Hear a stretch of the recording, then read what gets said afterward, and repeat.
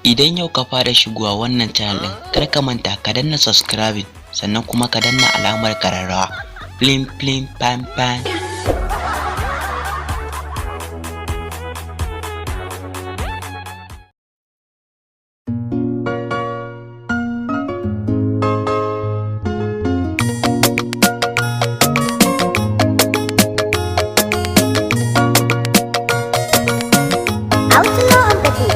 Ni da na rike sanke a zuciyata, Hauwa sarauniya.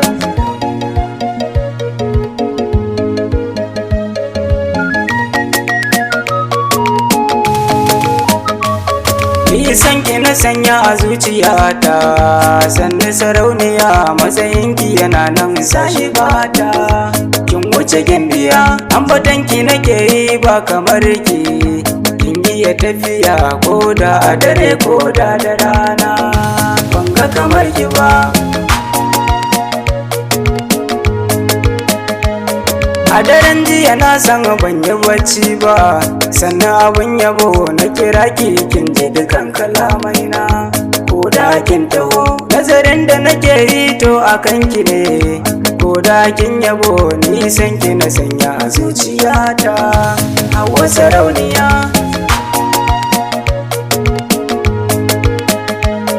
Launin tafiyarki yana dimauta ne, ni dai na gani kallonki yana sanya na yau barci.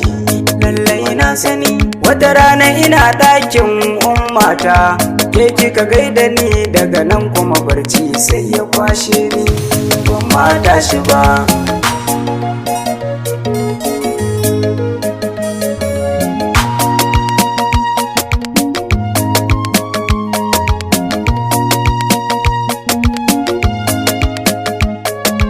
Na rike sanke a zuciyata, Hauwa sarauniya.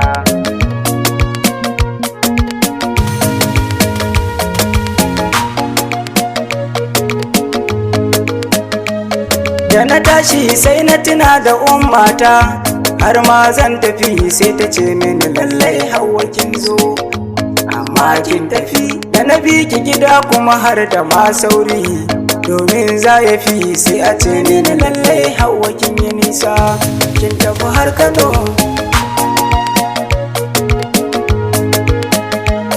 Fuskarki tana azuwa mafarki na, ni dai na gano sunanki yana nan ne a kirjina.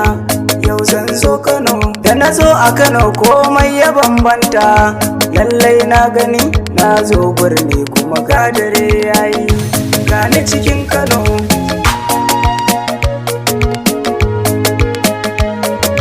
Na rike sanke a zuciyata, Hauwa sarauniya.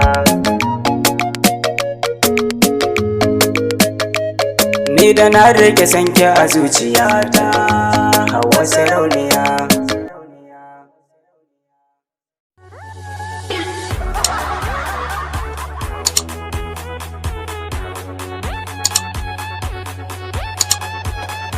Huh?